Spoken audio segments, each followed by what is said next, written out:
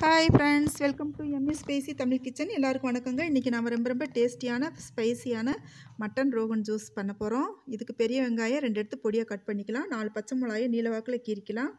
2 spoon சீரக powder, பட்டை, பிரிஞ்சி இலை, 3 ஏலக்காய், 5 கிராம்பு, 1 ஸ்பூன் மஞ்சள் தூள், 2 spoon Kashmiri chilli powder, 2 spoon garam masala, கொஞ்சம் மல்லித்தலை பொடியை கட் பண்ணிக்கலாம். கரம் மசாலா வந்துட்டு ரெடிமேடாகவே கிடைக்கும். அப்படி இல்லைன்னா வீட்டில் இருந்தாலும் எடுத்துக்கலாம். இப்போ காஷ்மீரி சில்லி பவுடர் எதுக்கு போட்டிருக்கோன்னா, இது வந்து காரம் கம்மியாக இருக்கும், நல்ல கலர் கொடுக்கும். இந்த ரெசிபிக்கு ரெட் கலர் கொடுக்கும். அப்புறம் இந்த மட்டன் ரோகன் ஜோஸ் இருக்குது இல்லையா, இது வந்து காஷ்மீரில் வந்து நம்பர் 1 ரெசிபிங்க. அடுத்து நம்ம இந்தியாவுக்குள்ளே எல்லா ஒரு ஸ்டார் ஹோட்டல்கள்லையுமே இது வந்து ஃபேமஸான ரெசிபிங்க. இப்போ இது 1/2 கிலோ மட்டன் எடுத்திருக்கேன். நல்லா கொஞ்சம் கொழுப்பு கலந்த மட்டனாக எடுத்துக்கலாங்க. இந்த ரெசிபி ஃபுல்லாக ஸ்கிப் பண்ணாமல் பாருங்கள். அப்போ தான் வந்துட்டு இதோட செய்முறை வந்து நம்மளுக்கு தெரியும். ஒரு குக்கர் எடுத்துகிட்டு நம்ம ஒரு அடுப்பில் வச்சுட்டு தேவையான அளவுக்கு எண்ணெய் ஊற்றிக்கலாங்க. எண்ணெயை ஊற்றிட்டு எண்ணெய் காஞ்ச பின்னாடி ஒரு பட்டை எடுத்து வச்சுக்கோ இல்லையா, அந்த பட்டையை நம்ம இதோடு சேர்த்துக்கலாம். அது நல்லா செவந்து வரட்டும். செவந்து வரவும் அந்த இலையும் போட்டுக்கலாம். 5 கிராம்பு வச்சுருக்கோம்ல, அதையும் இதோட ஒன்றா சேர்த்துக்கலாங்க. இப்போ அந்த ஏலக்காயும் ஒன்றா சேர்த்துக்கலாம். இது நல்லா செவந்து வரட்டும்.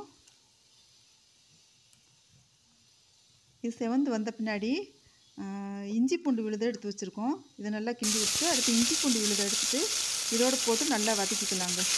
பிடிக்காமல் நல்லா வதக்கிக்கலாங்க. வதக்கிட்டு அடுத்து வெங்காயத்தை கட் பண்ணி வச்சுருக்கோம் இல்லையா, இந்த வெங்காயத்தையும் இதோடு சேர்த்துக்கலாங்க. சேர்த்து ஒரு கோல்டன் ப்ரௌன் கலர் அளவுக்கு நம்ம வறுத்துக்கலாம். அப்போ தான் வந்துட்டு இந்த ரெசிபிக்கு வந்துட்டு நல்ல ஒரு ரிச்னஸ் கொடுக்கும். இப்போ மட்டன் கழுவி வச்சுருக்கோம் இல்லையா, அதையும் இதோடு சேர்த்துக்கலாங்க. அதோடு இதை சேர்த்துட்டு நல்லா கிளறி விட்டுக்கலாங்க. நல்லா கிளறி விட்டுக்கலாம். கொஞ்சம் அந்த எண்ணெயிலே வதங்கட்டும். இந்த மட்டன் சாப்பிட்றது வந்துட்டு கருத்தரிப்பு பிரச்சனைகளை வந்து சரி பண்ணுங்க.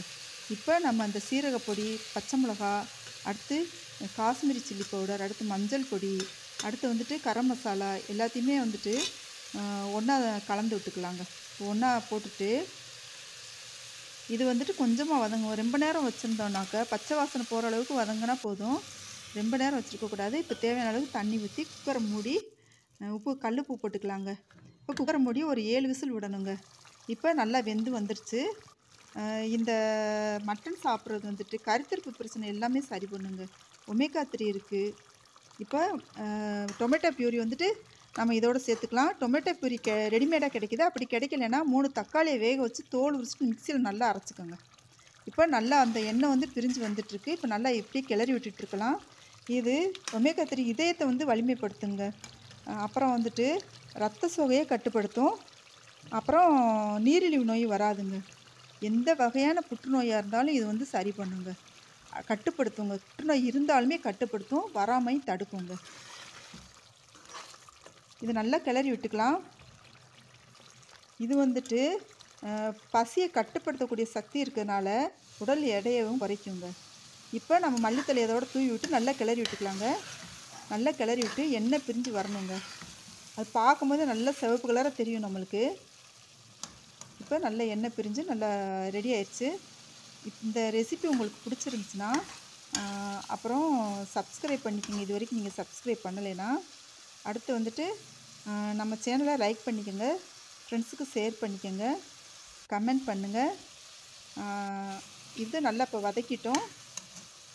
வதக்கிட்டு ரெடி ஆயிடுச்சு. இப்போ வேறு ஒரு பாத்திரத்துக்கு மாற்றிக்கலாம். தேங்க்யூ.